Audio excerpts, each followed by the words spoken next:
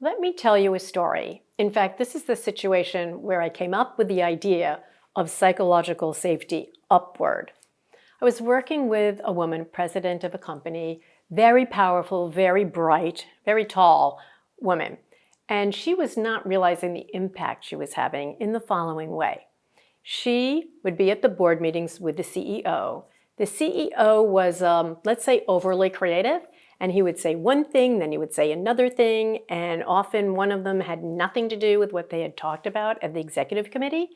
And what she did, her reflex was to correct. She said, well, I'm authentic. How can I not say anything? Well, the problem was she was getting dissed by the board. We were thinking about this a lot. First, we really went through how could she sort of slow down, not go to her default. Then, again, thinking more clearly, then came up with the idea of what if her job in the boardroom was to make her boss feel safe?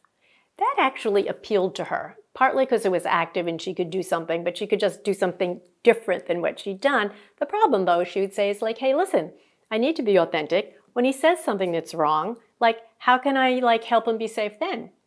So that led us to think about when he says something wrong, pause, because he'll say the opposite thing later, and then you can beam and be happy.